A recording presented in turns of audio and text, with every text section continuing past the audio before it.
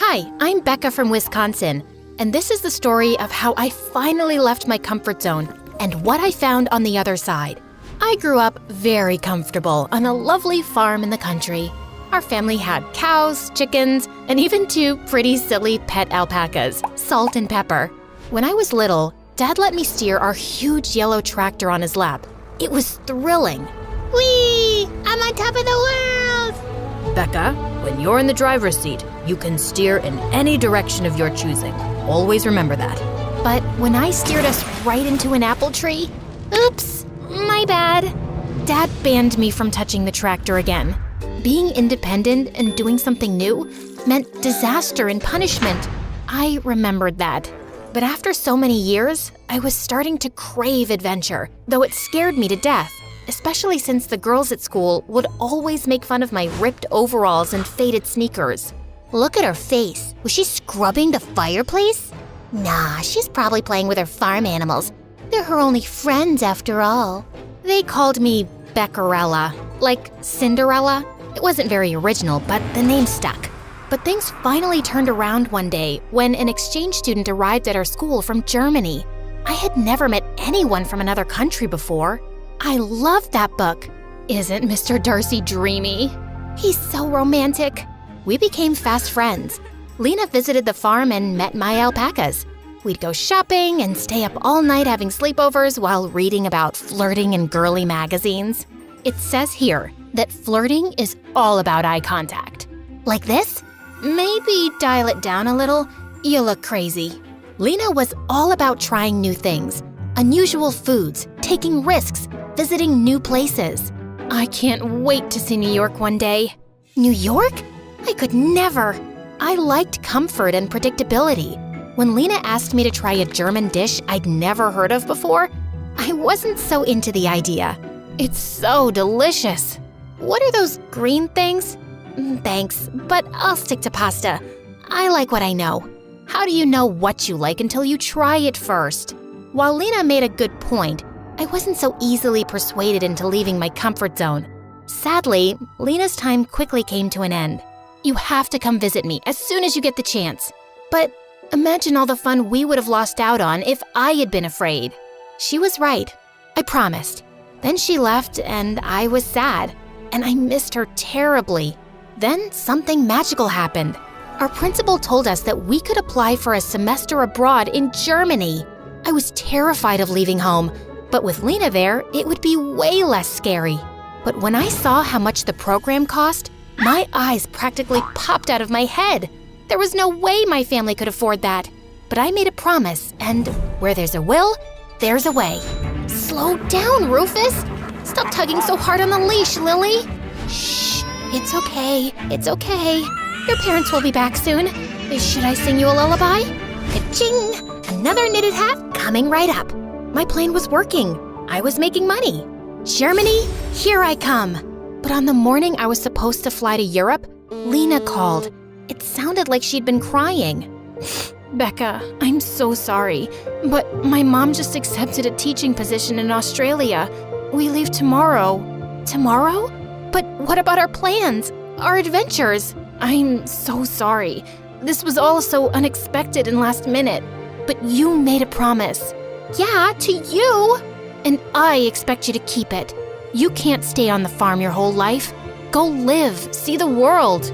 I told her I would think about it, but the idea of going to a new country alone without my friend there was way too scary. So I told the study abroad coordinator that I wanted to back out of the trip. She told me she wished she traveled more when she was younger. And then, Lena's words rang in my head again. How do you know what you like unless you try it first? Reluctantly, I agreed. I boarded the plane with tears in my eyes. I was going to a country where I knew no one, to live with a German family I had never met, in a place where I didn't even speak the language. I was gonna be all alone, without my family, my farm, my alpacas, and without Lena. I arrived at noon the following day in Munich.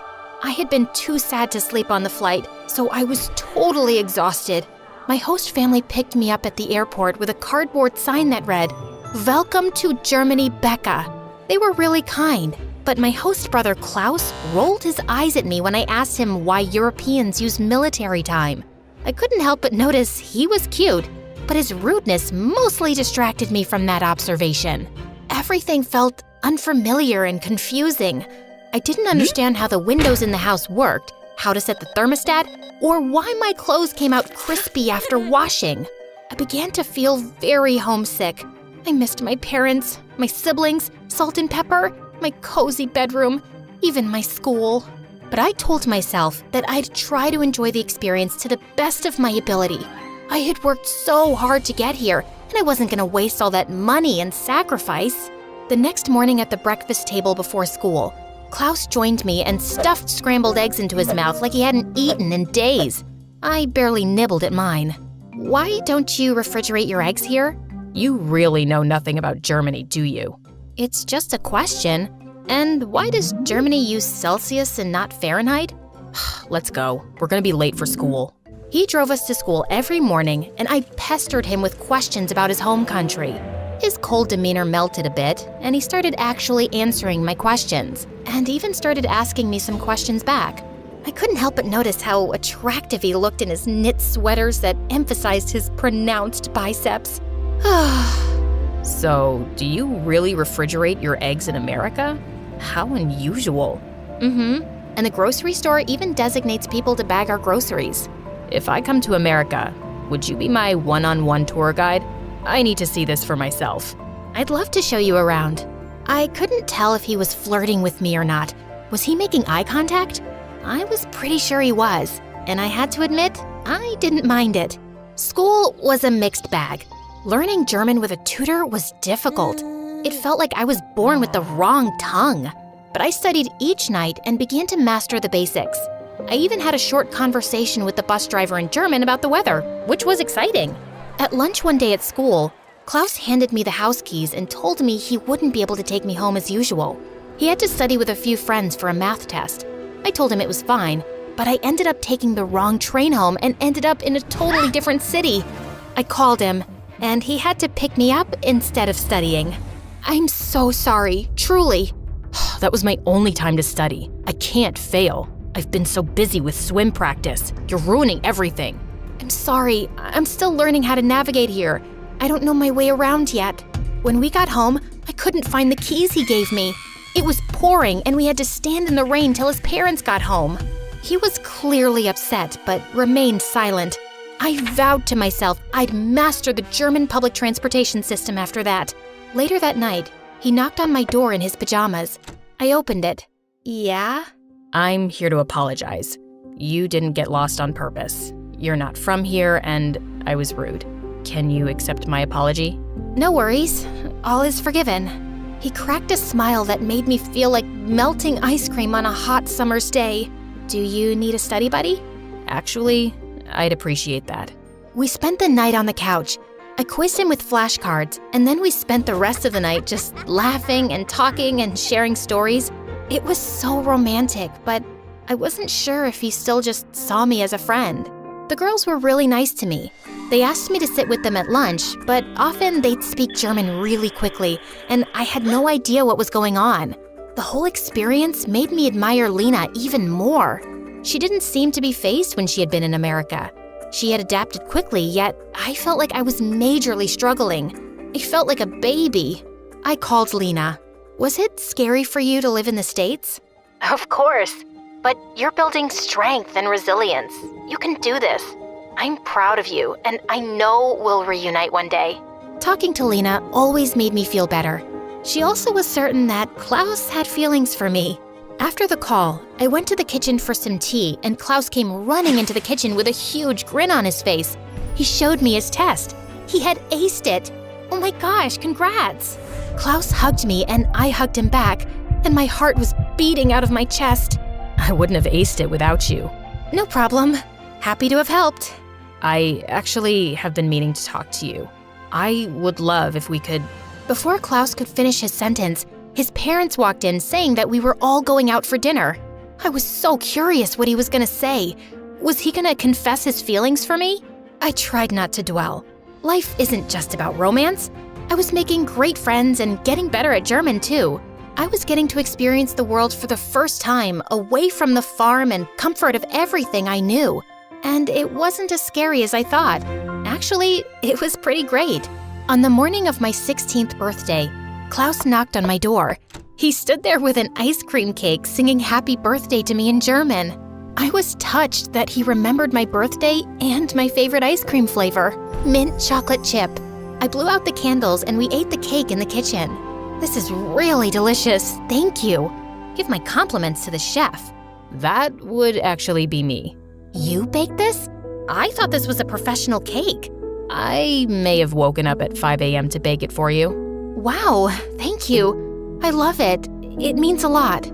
Since my birthday was on a Saturday, he drove me to the city where we shopped, took photos, and explored some art museums. We were having a lot of fun together. Maybe he did see me as more than a friend.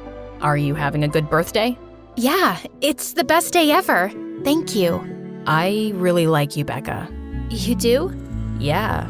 You're interesting and beautiful and unexpected. I wanted to tell you a while ago, but I chickened out. I thought maybe you saw me as a friend. I've liked you for some time, but since we both live under the same roof, I didn't want to make things awkward. But I can't hold back my true feelings any longer. I really like you too, Klaus. I felt like I was in a Jane Austen novel, but without the uncomfortable clothing. Here he was confessing his feelings, and here I was confessing mine. He took me to the movies. While we were sitting in the theater, he reached for my hand. The warmth of his hand sent electric bolts throughout my whole body. Afterwards, he took me to a gorgeous park overlooking the city. I was so grateful at that moment to be spending time in a different country. I was so proud of myself for having the courage to leave everything I knew behind. I was learning so much and becoming the person I was meant to be. So, what did you think of the film? To be honest, I was a little too distracted to focus. Me too. And then he kissed me. My first real kiss on my birthday of all days. His lips were so soft. I hoped I was kissing correctly. And I tried to remember what the magazines I had read with Lena advised, but I got so lost in the moment, and it was magical. He put his arm around me and we watched the sunset. It was the most romantic moment of my life and the best birthday ever. I was so happy. My study abroad semester wrapped up and I was not the same person I was before. Klaus and I promised to stay in touch. I was sad to leave him, but I knew I'd be back someday soon. I returned home to the farm, and my family could see my transformation. I gave my alpacas big hugs, and even brought them lederhosen. At school, Claudia approached me and called me Beccarella again. I'm sorry that you feel so bad about yourself that you need to project your insecurities onto me. I feel bad for you, but I'm no longer your punching bag. I walked away, leaving Claudia speechless. She never bothered me again. A few years later, I headed to college in New York City, the Big Apple. At the dorms, I watched the city through my window. Everything was new and different and overwhelming, and I was ready for it. I heard a knock on the door. Klaus was standing there. Hey. What are you doing here? I was in the neighborhood and wanted to stop by. What? I'm going to school here too. He kissed me. It felt like no time had passed at all. I was on cloud 9. Then he told me he had arranged a surprise for me. Another one? Then Lena came in. Was I hallucinating or something? Hiya, roomie. Oh my gosh! That's right. Lena was my new roommate. We were finally reunited. This was the best day ever. We all walked together, ready to explore this new and strange city. I remembered how surviving my study abroad experience had felt impossible at first, but I ended up thriving. Like Dad once said, when I'm in the driver's seat, I have the power to steer my life in any direction of my choosing. Except in the case of crashing into an apple tree. I don't endorse that.